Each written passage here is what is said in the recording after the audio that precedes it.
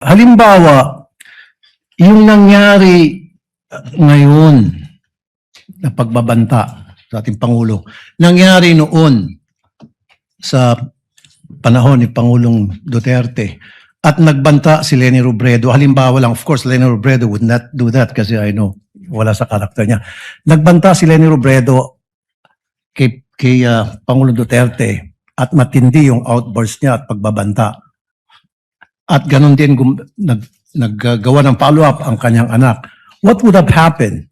Sa tingin niyo ba, possible na merong gagawang pag-aaresto si PRD tulad ng ginawang pag-aaresto dun sa mga teachers, sa teacher, construction worker, at unemployed college graduate?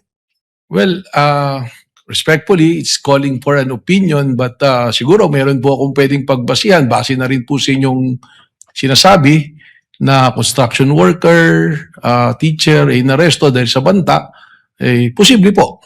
May possibility na baka arestuhin po kaagad ang Vice Presidente noon.